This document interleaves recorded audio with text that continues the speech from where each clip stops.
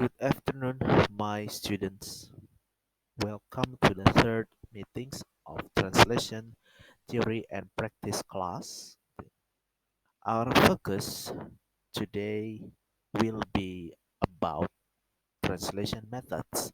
As last week, we already pertained about translation competence and translation process. Yeah, I hope that you are still remembering the 13 competences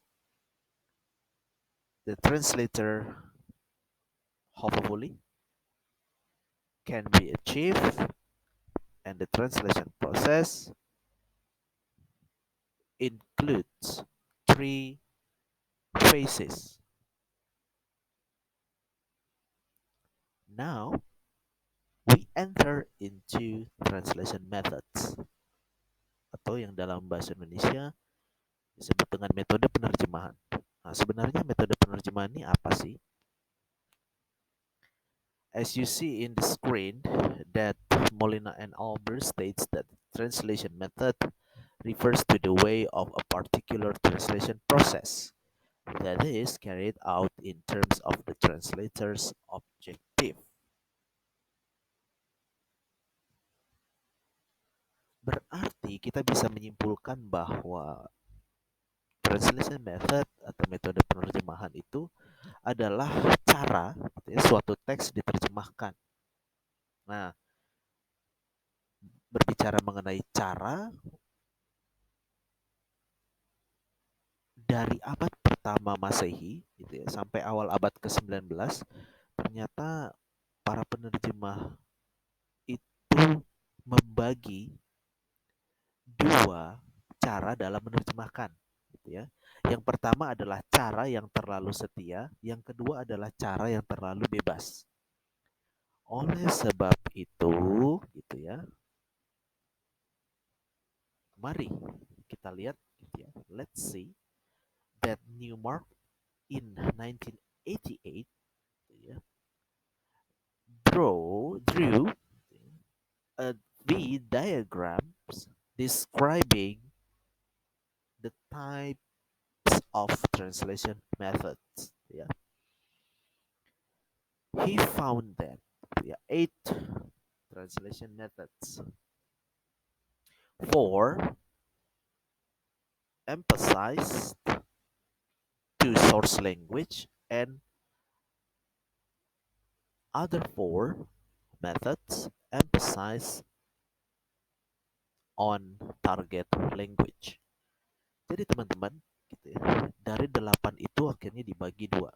4 metode yang menekankan bahasa sumber, 4 metode yang menekankan bahasa sasaran, gitu ya. Yang penekanan pada bahasa sumber itu metodenya apa saja sih? Nah, di sini ya, di bagian sebelah kiri. Word for word, literal, faithful, and semantic. Sedangkan metode penerjemahan yang menekankan pada bahasa sasaran, gitu ya, ada 4 juga, gitu ya. Yaitu adaptation, free translation, idiomatic translation, and communicative translation. Nah, gitu ya. Nah, eh sekarang kita masuk dulu ke metode penerjemahan yang melakukan penekanan pada bahasa sumber, gitu ya. You can read the definition here, gitu lah, by yourself, but I will help you to get the main points of each methods, gitu ya. The main points of each method. Kita mulai dari word for word translation. Nah, kawan-kawan, metode penerjemahan kata per kata ini merupakan metode yang menyejajarkan, gitu ya, menyejajarkan secara langsung kata per kata bahasa sumber dengan bahasa sasaran. Secara struktural, ya, secara struktur nih ya, terjemahan dengan metode ini mengikuti struktur bahasa sumber dan makna kata persatuan diterjemahkan sangat harfiah tanpa memperhatikan konteks. Ingat, tanpa memperhatikan konteks secara keseluruhan. Contoh kalimatnya adalah seperti ini. Jikalau saya punya satu kalimat dalam bahasa sumber, I go to school, maka terjemahannya adalah dalam bahasa Indonesia atau bahasa sasaran, saya pergi ke sekolah. Saya untuk padanan I, pergi, go, ke, to, dan sekolah, school. Gak ada masalah ya ternyata. Oh mudah banget Pak. Gitu ya, word for word. Oh iya, karena apa? Tidak memperhatikan konteks, hanya fokus ke penerjemahan kata per kata. Tetapi bayangkan jika teman-teman menghadapi salah satu uh, kalimat dalam bahasa sumber seperti ini. It's raining cats and dogs. It's raining cats and dogs. Nah, jika kalimat dalam bahasa sumber ini diterjemahkan dengan word for word translation, tentu saja hasil terjemahannya itu menjadi ini adalah sedang hujan kucing-kucing dan anjing-anjing gitu ya. Ini adalah sedang hujan kucing-kucing dan anjing-anjing gitu ya. Ini untuk it adalah untuk is, kemudian sedang hujan itu raining, kucing-kucing itu cats, dan itu and anjing-anjing itu dogs. Kira-kira seperti itu ya. Nah, jadi dari contoh yang kedua, kesannya aneh, kesannya janggal gitu ya. Dan makna dan serta pesan tidak tersampaikan dengan baik di dalam bahasa sasaran. Nah, seperti itu ya. Jadi memang kelemahan dari word for word itu hasil terjemahannya di luar konteks, kemudian seperti semacam untung-untungan karena memang kata per kata itu diterjemahkan apa adanya.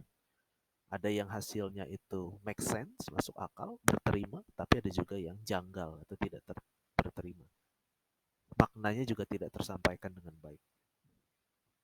Let's move into literal translation. Apa bedanya dengan literal translation? Tampaknya kata per kata kok sama ya dengan harfiah. Nah, kalau metode harfiah ini gitu ya, itu cenderung strukturnya mengikuti struktur bahasa sasaran. Ingat kalau word for word itu strukturnya cenderung mengikuti struktur bahasa sumber, tapi kalau harfiah itu strukturnya ya, bukan maknanya, strukturnya cenderung mengikuti bahasa sasaran, walaupun maknanya cenderung ke bahasa sumber. Kita ambil contoh dari kalimat it's raining cats and dogs gitu ya. Ternyata versi terjemahan yang lain dengan menggunakan metode harfiah, penerjemahan harfiah adalah ada hujan, anjing dan kucing. Ada hujan, anjing dan kucing. Jadi it's ini itu diterjemahkan menjadi ada. Nah, gitu ya. Menjadi ada. Karena memang disesuaikan dengan budaya juga, budaya di Indonesia gitu ya. Rata-rata menerjemahkan it's itu menjadi ada. Kemudian raining itu hujan, cats itu tetap kucing, nah tetapi kucingnya itu di belakang gitu ya, dan anjing gitu. Dan ternyata believe me that uh, anjing itu kalau di dalam budaya Indonesia ternyata disebutkan di awal walaupun nggak absolut ya. Ketika di awalnya itu adalah cats and dogs, kemudian diterjemahkannya menjadi anjing dan kucing gitu. Ya itu kan salah satu perbedaan dengan word for word tadi kan. Nah, mungkin lebih kalau dalam budaya Indonesia anjing itu karena memang hewan yang sesuai alfabet gitu ya, itu diawali dengan huruf A, kemudian diikuti dengan kucing dengan alfabet K-nya, ya jadi urutannya kebalik. Nah, kira-kira seperti itu. Tetapi eh, walaupun dari strukturnya seperti itu, makna atau pesannya tentu masih cenderung ke bahasa sumber, betul ya? Yang ketiga, kita punya metode penerjemahan setia atau faithful translation. Definisinya dalam bahasa Inggris silakan. You can read it by yourselves. Kalau penerjemahan setia ini itu menghasilkan kembali makna kontekstual karena penerjemahan sudah memperhatikan konteks. Jadi kawan-kawan, kalau misalnya tadi word for word and literal translation itu tidak memperhatikan konteks atau lepas konteks, ya kalau penerjemahan setia ini sudah memperhatikan konteks. Akan tetapi, struktur kalimat, paragraf, dan teks secara keseluruhan masih dibatasi oleh struktur gramatikal BSU atau bahasa sumber. Sayangnya, hal ini tidak berarti struktur TSA atau teks sasaran mengikuti struktur TSU, teks sumber. Nah, gitu ya.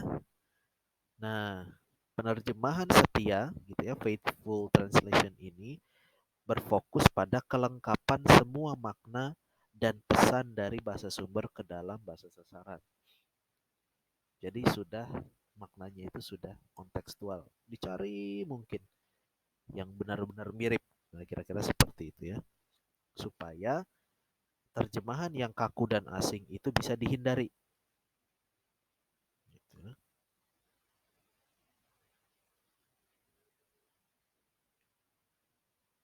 Contoh sekarang, kalau misalnya tadi penerjemahan word for word translation untuk It's Raining Cats and Dogs itu adalah ini adalah sedang hujan kucing-kucing dan anjing-anjing. Kemudian kalau menggunakan metode penerjemahan literal itu menjadi ada hujan anjing dan kucing. Nah, kalau faithful itu sudah memperhatikan konteks. Berarti It's Raining Cats and Dogs itu ya terjemahannya dengan metode faithful dengan penerjemahan setia tadi menjadi ada hujan deras sekali, gitu ya. It's Raining Cats and Dogs itu kan sebenarnya memang hujan deras ya karena ini berhubungan dengan konsep budaya. Nah, jadi kalau sudah menggunakan faithful translation kira-kira seperti itu kawan-kawan ya. Mudah-mudahan sudah bisa membedakan word for word, literal dan faithful. Yang terakhir, metode penerjemahan terakhir yang menekankan pada bahasa sumber yaitu metode penerjemahan semantis. Nah, ini apa nih? Kalau semantis ini adalah metode penerjemahan yang dianggap lebih luas atau fleksibel dibandingkan dengan metode penerjemahan setia. Kenapa?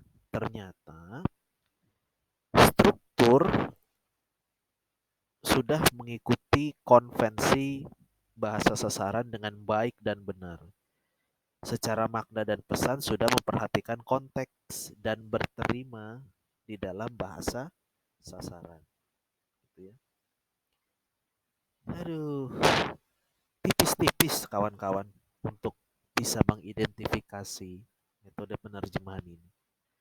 Karena memang tingkat kemiripannya itu dekat gitu ya. Dan kalian sebagai penerjemah pun memang harus tahu metode-metode seperti ini. Gitu ya.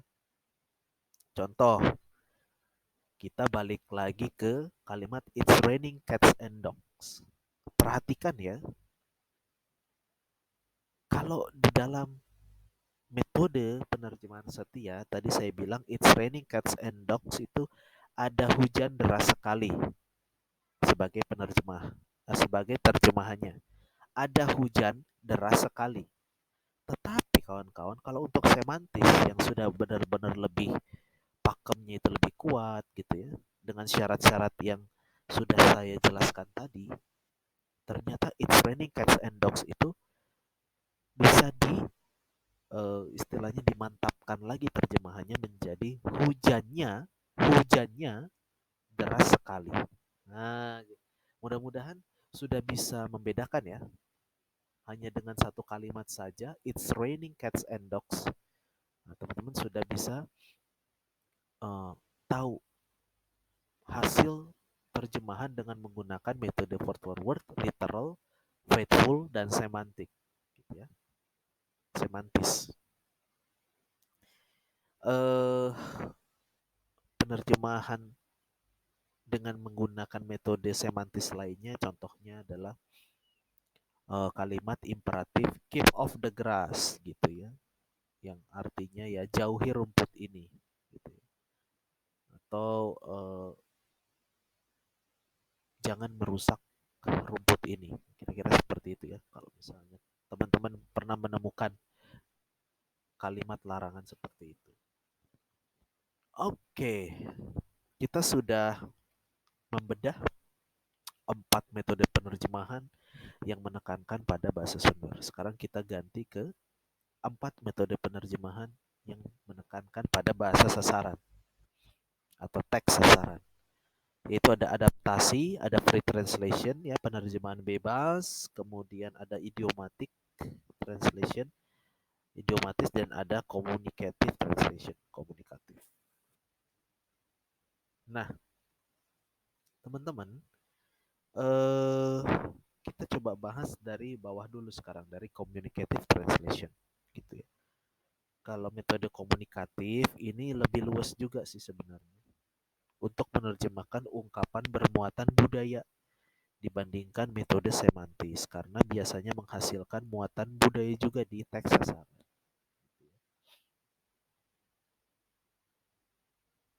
Berarti ini kaitannya dengan ungkapan budaya atau perbedaan budaya yang ada di dalam budaya bahasa sumber dan budaya bahasa sasaran. Gitu ya. Nah, dengan metode semantis, ini yang metode semantis loh ya, ungkapan bermuatan budaya akan menjadi netral dalam teks sasaran.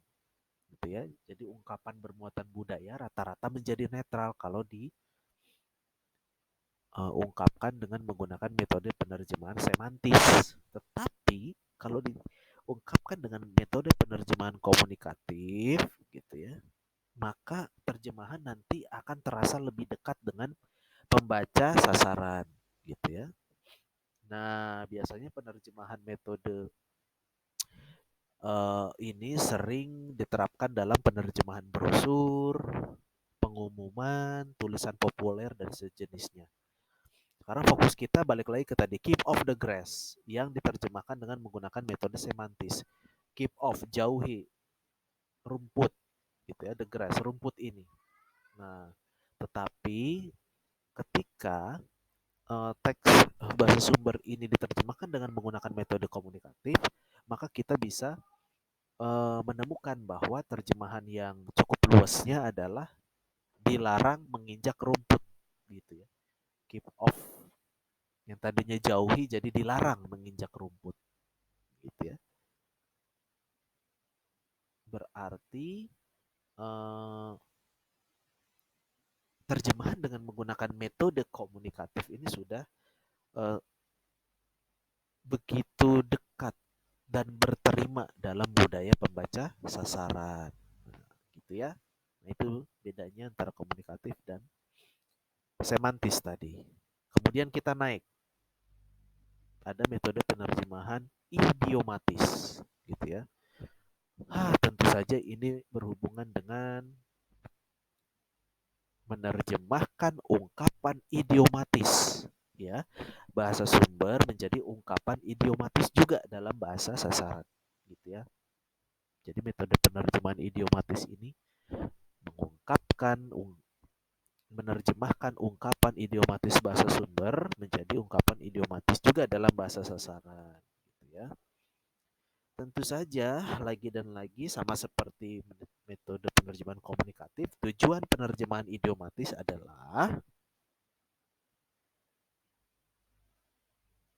lebih mendekatkan terjemahan pada pembaca sasaran, seakan-akan teksnya bukan terjemahan. Jadi kalau kalian sebagai penerjemah menggunakan metode penerjemahan idiomatis, terus pembaca sasaran yang membaca terjemahan kalian itu sampai merasa, loh, ini benar ya, ini terjemahan ya, saya pikir ini bukan terjemahan. Nah, kalau sampai bilang seperti itu, nah kalian sudah berhasil mendekatkan gitu ya, ungkapan-ungkapan yang apa budaya dalam bahasa sumber tadi itu seolah-olah memang memiliki kemiripan dengan budaya dalam bahasa sasaran. Itu ya ungkapan idiomatisnya.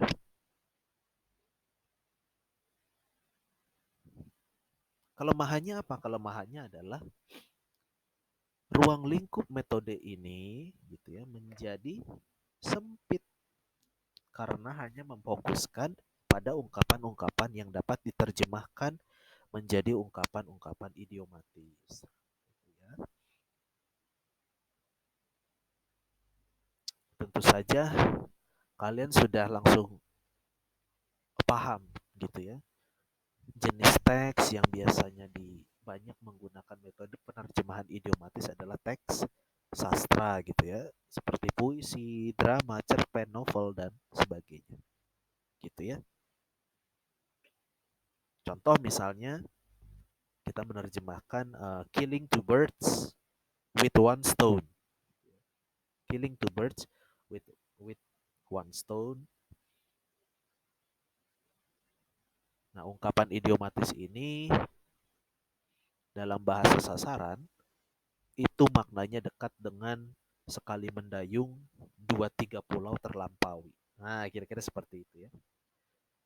Oke, itu tadi idiomatik. Kemudian sekarang kita masuk ke penerjemahan bebas atau free translation. Metode free translation atau penerjemahan bebas itu tidak mementingkan kelengkapan pesan dari bahasa sumber, gitu ya,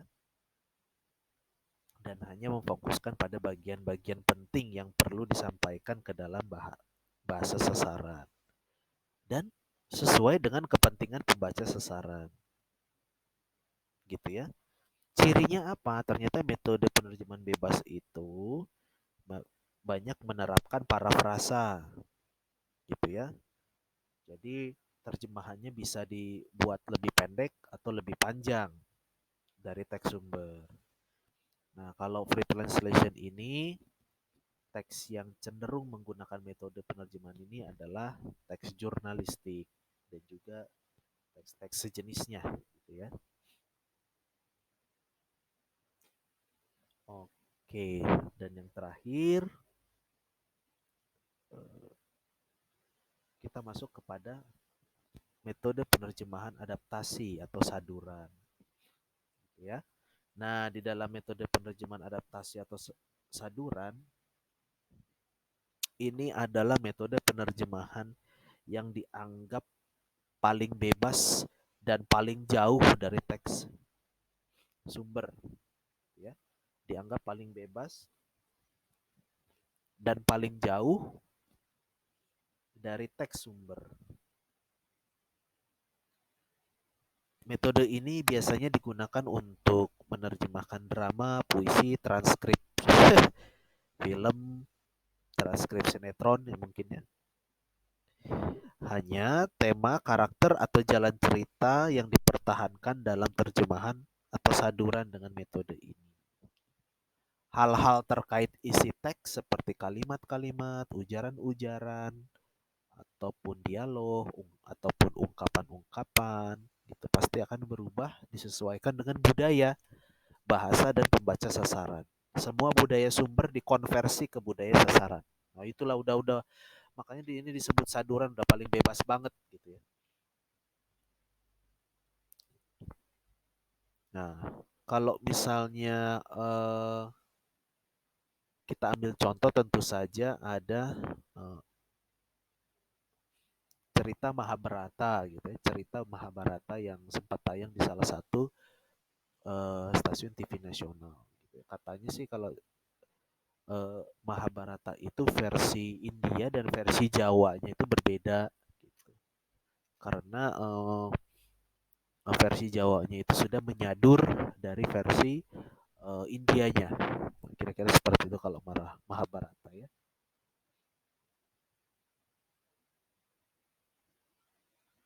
Sehingga dengan semua budaya sumber dikonversi ke budaya sasaran, otomatis sudah dianggap udah bebas banget lah gitu. ataupun jauh dari teks sumber gitu ya. Ya udah, paling hanya tema, karakter, jalan ceritanya yang masih sama, tetapi kalau sudah termasuk dialognya masih boleh diganti menyesuaikan dengan bahasa sasar. Oke teman-teman, kira-kira eh, pembahasan kita mengenai translation methods atau metode penerjemahan itu sampai di sini dulu gitu ya. Jadi harus diingat bahwa ada 8 metode penerjemahan yang bisa teman-teman gunakan sebagai tuntunan dalam menerjemahkan. Apakah teman-teman lebih nanti cenderung ke bahasa sumber ataukah ke bahasa sasaran? Nah, tinggal mengikuti ataupun berpatokan pada metode penerjemahan yang ada gitu ya. Oke, baik. Saya kira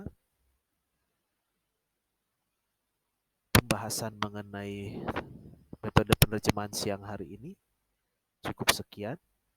Atas perhatiannya saya ucapkan terima kasih. Good afternoon, have a nice day, and see you soon.